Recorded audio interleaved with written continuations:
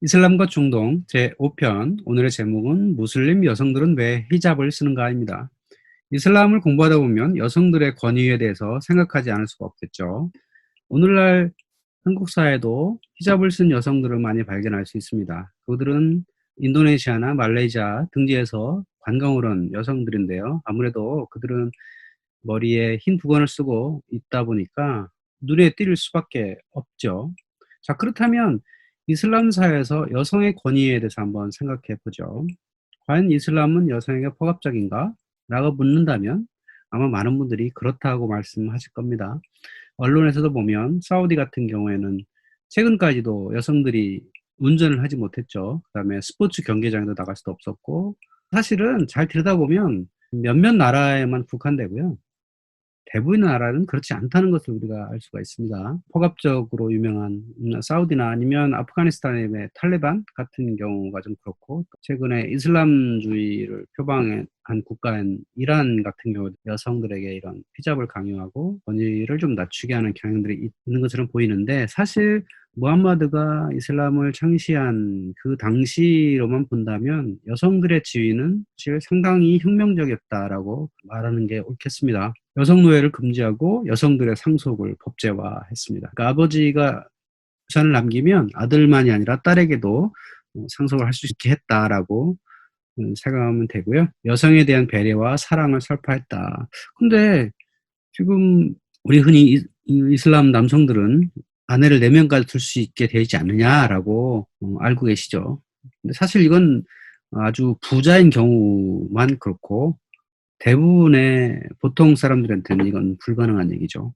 사실 이 아내가 뭐 2명 이상 할 수 있었던 사회는 최근 100년 전만 해도 대부분의 사회에서 귀족들은 그랬습니다. 권력과 돈을 가진 사람들은 2명 이상 아내를 갖는 경우가 많았죠. 근데 이제 근대에 들어서서 특히 20세기 들어서 이런 문화들이 점차 없어져 가는데 유독 그 이슬람 사회 몇몇 군데에서 지금 이런 문화가 공식적으로 남아 있는 것뿐인 거죠. 자, 그렇다면 원래 무함마드가 창시한 꾸란의 여성상을 보면 상당히 남녀가 평등했다라고 우리가 생각하면 좋겠습니다. 그러니까 이슬람이 탄생한 7세기로 돌아가 본다면 사실 동로마 제국 같은 경우에는 이 남녀가 동등하지가 않았어요. 또 남녀뿐이 아니고 모든 사회가 계층이 있었죠. 근데 이제 이 메카에 있는 이 유목 사회에서는 여성의 권한이 사실 상당히 높았습니다. 그래서 남녀 모두 알라의 피조물, 그다음에 동등한 가치를 가진 존재다라고 이렇게 이제 명시를 했고, 또 남성의 갈빗대 하나로 창조되었다는 구약의 의미를 배제했다. 그러니까 여성은 남성의 종속물이다. 이런 어찌 보면 유대인의 개념하고는 상당히 다른 여성의 권리에 대해서 높게 쳤다라고 보면 되고요. 또 종교적 의무와 수행, 보상 이것도 남녀가 동일하다. 여성은 따로 이렇게 해야 되고 남성은 이렇게 한다. 이런 건 없었다는 거죠. 꾸란 16장에는 남녀를 불문하고 선을 행하고 믿음을 지킨 자는 참된 삶이 확실히 주어질 것이다라고 남녀를 불문했다라는 게 굉장히 중요하고요. 또 꾸라는 양성사회를 지향한다. 이게 아무래도 이 농업사회에서는 남성 우월주의가 상당히 많습니다. 유목사회에서는 남녀가 동등한 개념을 한다는 것, 아랍 지역이 유목사회였다는 걸 늘 생각해 보면 상당히 동등한 개념으로 남녀가 이루어졌다. 그런데 20세기로 기준으로 보면 오늘날에는 이 과거보다 좀 후퇴된 것처럼 보입니다. 첫 번째 이유는 이 서구 사회에서 탄생한 이 문화가 특히 민주주의 같은 것들이 여성의 권리가 상당히 높아지는 방향으로 이루어졌다는 거예요. 20세기 중반쯤 되면 여성에게 참정권이 주어지고요. 남녀 평등의 개념이 전 세계에 확산되기 시작했죠. 근데 이슬람 사회는 그게 좀 늦은 거죠. 특히 몇몇 나라에서 사우디아라비아와 탈레반, 뭐 이란 같은 경우가 이제 변화가 좀 늦다 이렇게 좀 생각하면 되고요. 또 여성이 억압받는 것처럼 보이는 것은 이슬람의 본래 어떤 문화가 아니고요. 특정 지역이라는 거죠. 아랍이라고 하는 여전히 가부장적 사회, 왕족이 살아있는 이런 사회에서의 문제다라고 볼 수 있겠습니다. 사우디아라비아는 여전히 거의 2만 명가량 되는 사우드 가문이 국가를 통치하는 이런 어찌 보면 부족장 사회 같은 이런 모습을 갖고 있고요. 바레인 같은 경우, 카타르, 아랍에미레이트 이런 곳이 다 왕족들이 지배하는 곳이죠. 이러다 보니까 인제 여전히 가부장적 사회가 이제 유지되고 있고 부계 중심 구조가 여전히 이루어졌다. 그러니까 이슬람의 문제가 아니라 아랍이라고 하는 곳의 문제다. 그러니까 이슬람은 북아프리카부터 아랍, 그다음에 이란, 중앙아시아, 동남아시아까지 있는 아주 넓은 지역에 있는 종교적 문화인데 이 가부장적 사회가 아직도 변하지 않은 곳은 주로 아랍 지역에 국한되라고 볼 수 있겠다. 그리고 상대적으로 서구에서는 20세기 중반 이르러서 여성의 권위가 상당히 많이 좋은 방향에 이루어졌는데 아직 이슬람 사회 아니면 아랍 사회가 그 뒤처진 경향이 있다. 이렇게 보시면 되겠습니다. 그리고 이슬람 여성을 볼 때 특이한 것이 이 히잡이라고 하는 패션이죠. 근데 이 히잡에는 상당히 종류가 많습니다. 샤이라라고 하는 거 있고, 히잡이 있고, 아미라도 있고, 차도르라는 게 있고, 니캅이라는 게 있고, 부르카가 있죠. 점차적으로 이제 수준이 높아지는 게 있죠.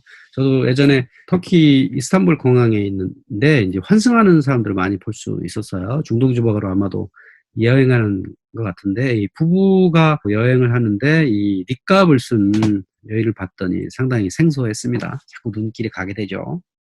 자, 그 히잡이라고 하는 건 이런 문화는 도대체 왜 있는가라고 좀 생각해 보면 이거는 이슬람 사회만 있는 게 아니라는 걸 우리가 좀 알 필요가 있습니다. 이 이슬람이라고 하는 종교는 유대교에서 탄생했다고 생각하면 틀리지 않습니다. 그러니까 유대 문화가 상당히 많이 반영되어 있는 거죠. 그러니까 유대 여성들은 일반적인 유대인 아니라 유대교를 절대적으로 신봉하는 이런 사람들이 지금 이스라엘이라는 국가에도 한 20%가 넘게 있는데 이 사람들은 이런 고대로부터 내려오는 유목사의 전통을 상당히 많이 지키고 있습니다.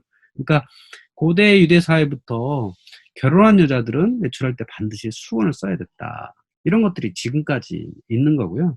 또 동방정교회와 카톨릭 문화가 남아 있죠. 카톨릭 수녀일 경우에 머리를 가려야 하는 이런 문화가 있죠. 그게 다 세속적인 사치, 허영을 끊어버린다는 의미로 갖고 있고 그게 이제 일종의 종교인이다라는 표시고요. 수도 생활의 근본 인제 하니까 불교에서 머리를 깎는 이런 것과 같은 의미로 이제 볼 수가 있습니다. 그런데 인제 꾸란에서는 남편 이외의 사람을 유혹할 수 있는 신체를 가리라고 구체적으로 명시를 한 거죠. 그런데 이거는 이제 좀 애매한 경향이 있고 그래서 이슬람 법학자에 따라서 가려야 할 신체 부위가 달라지는 거죠. 어떻게 결정하느냐에 따라서 머리를 가릴 건지 어깨까지 가릴 건지 신체 부위를 전체를 가릴 건지 아니면 눈만 내놓을 건지 나라마다 다르게 되는 거고요. 또 히잡을 써서 남편 이외의 사람을 보이지 말라 하는 것은 머리는 남편의 영광이고 남편을 위한 기쁨과 사랑의 표현 그렇기 때문에 남에게 보여줄 수 없다 이런 의미에서 히잡을 쓰는 건데 과거 조선시대에도 여성들이 외출할 때는 쓰개치마 같은 걸 썼지 않습니까? 그런 개념으로 또 이제 히잡이 이제 사용이 되는 거고 그런데 이제 그 모로코나 튀니지 같은 북아프리카 국가들 또 터키 요즘에 이제 동남아시아 이쪽 같은 경우에는 이제 세속 국가라고 흔히 부르는데 이런 나라들에서는 히잡을 쓰긴 쓰되 어떻게 하면 좀 패션화 됐을까 뭐 이렇게 발전되고 있습니다. 아름다운 모습의 히잡도 있다고 하는 거죠. 그래서 얼마나 그 이슬람주의가 좀 많이 있느냐 아니면 세속화가 됐느냐에 따라서 히잡 착용 비율이 상당히 많이 다르고 그다음에 형태가 많이 다르게 되는 거죠. 튀니지아 같은 경우에는 세속화가 많이 된 국가니까 부르카를 쓴 여인들은 11% 밖에 안 되는 거고 아예 안 쓰는 여인도 15% 그다음에 제일 가벼운 히잡 23% 머리만 이제 가리는 아미라 같은 경우 17%다. 이집트 같은 경우도 그렇고 또 터키 같은 경우는 가장 세속화된 국가니까 32% 여인들이 히잡을 쓰지 않는다. 이라크 같은 경우에는 이제 시아파가 많고 수니파가 이제 적은 국가인데 여기도 이제 차도르를 상당히 많이 쓰는 경향이 있고요. 레바논은 뭐 여기 기독교인들도 많기 때문에 안 쓰는 경우가 한 50%되고 파키스탄은 상당히 이 보수적인 국가라서 니캅을 많이 쓰네요. 그다음에 사우디아라비아는 가장 보수적인 수니파의 종주국이라고 흔히 하죠. 그러니까 인제 여기가 눈만 내놓는 니캅을 많이 쓰는 국가다. 이렇게 인제 볼 수가 있는데 이건 여성들만이냐 남성들도 있다는 거죠. 이런 어떤 머리에 뭔가 모자를 쓰고 특별한 표시를 하는 것은 알라와 나와 직접 교통한다 이런 의미로 이제 갔기 때문에 여성들 쓰는 게 아니라 남성들도 쓰는데 각 지역과 종파에 따라서 독특한 모자를 씁니다. 그러니까 사우디아라비아에서는 케피아라는 걸 쓰고 뭐 이깔이라는 것도 있고 페즈라는 건 이거는 이제 터키에서 예전에 많이 썼던 이제 모자고요. 또 인도 북서부에 있는 시크교도 같은 경우에는 여기 이제 싱이라는 성이 많은 이쪽 지역의 특징 또 모자가 있죠. 또 이란 지도자 호메이니가 쓰는 모자도 있고 탈레반 전사가 쓰는 모자, 또 기타 이제 종교 지도자들이 이런 모자를 썼다. 이것 다 종교적인 의미 아니면 이 지역의 그 뜨거운 태양빛을 가리기 위한 하나의 또 문화적인 거라고도 볼 수 있겠죠. 또 이슬람의 중요한 특징 중에 하나는 먹어야 할 음식과 먹지 말아야 할 음식이 정해져 있다. 그래서 할랄이라는 것은 허용되는 것이고 하람이라는 것은 금지다. 이것은 하면 안 된다라는 거죠. 그래서 할랄 음식이라고 하는 게 이제 정해져 있죠. 그래서 할랄 인증을 받을 경우에만 음식을 팔 수 있는 게 이제 돼 있어서 이 할랄 인증 사업이 꽤 큰 비즈니스로 돼 있죠. 그래서 우리가 먹으면 안 되는 음식 같은 경우에는 죽은 고기, 돼지고기 안 되죠. 반드시 알라 이름으로 기도를 하면서 동물을 잡아야 되는 거고 목졸라 죽이면 안 되고 때려 잡으면 안 되고 떨어뜨려 죽이거나 서로 싸우다 죽인 것이나 다른 동물들이 먹다 남은 것이나 우상의 제물로 바쳐졌던 고기들은 먹으면 안 된다. 그럼 왜 돼지고기는 먹으면 안 되느냐? 아마도 이런 해석이 있는 것 같아요. 아라비아 지역의 어떤 생태적 환경과 밀접한 관계가 있다. 돼지고기는 기본적으로 부패하기 쉽고요. 보존이 잘 안 됩니다. 육포로 만들어지지 않고요. 인간하고 먹는 게 이제 돼지가 거의 비슷하기 때문에 인간의 식량도 부족한 이 아랍 지역으로 보면 돼지는 일종의 경쟁자 같은 거죠. 이제 젖도 사실 잘 나오지 않아요. 돼지의 배설물은 연료로도 쓰지 못해요. 사실 돼지 배설물은 굉장히 그 습하거든요. 그래서 이거를 말려가지고 원래 소나 뭐 양 이런 것들은 연료로 쓰는데 돼지는 쓰지 못한다. 그다음에 가장 결정적인 건 돼지는 데리고 다닐 수가 없습니다. 아랍 지역에서 유목민들은 양, 낙타 데리고 다니면서 식량을 조달하고 해야 되는데 이제 그것도 안 되고 또 전쟁으로도 못 쓰고 여러 가지로 돼지는 이 아랍 지역에 기르기 나쁜 이런 동물이었던 겁니다. 그래서 이제 돼지고기를 먹지를 말라고 하는 건데 중앙아시아 지역에서는 사실 돼지를 먹는 사람도 있다 그래요. 문화적으로 이제 아랍 지역이니까 먹지 말라 한 거지 절대적으로 하면 안 된다. 이거는 좀 아니라는 거죠. 약간의 유도리도 있다. 이런 먹으면 안 되는 음식, 먹으면 되는 음식, 할랄과 하람이란 건 이것도 역시 유대인의 코쇼라고 하는 데서 영향을 받았습니다. 유대인들도 먹으면 되는 음식과 먹으면 되면 안 되는 음식들이 있거든요. 그래서 유대인들은 유제품과 육류를 함께 조리하거나 섭취하지 않습니다. 할랄과 하람은 유대 문화에서 온 건데 할랄 방식 육류를 도축해야 된다. 이런 방법이 있는 거죠. 인증을 받은 도축장에서 알라 이름으로 주문을 외운 뒤 날카로운 도구를 사용해서 동물의 앞쪽에서 빠른 시간 내에 도살한다. 이런 개념이 할랄 방식 도축이라 하는 거죠. 그러니까 동물이라고 하는 것은 가족과 같은 개념이기 때문에 이 동물들한테 죽음의 고통을 짧게 해줘야 되는 것도 이 중요한 의미가 있는 거죠.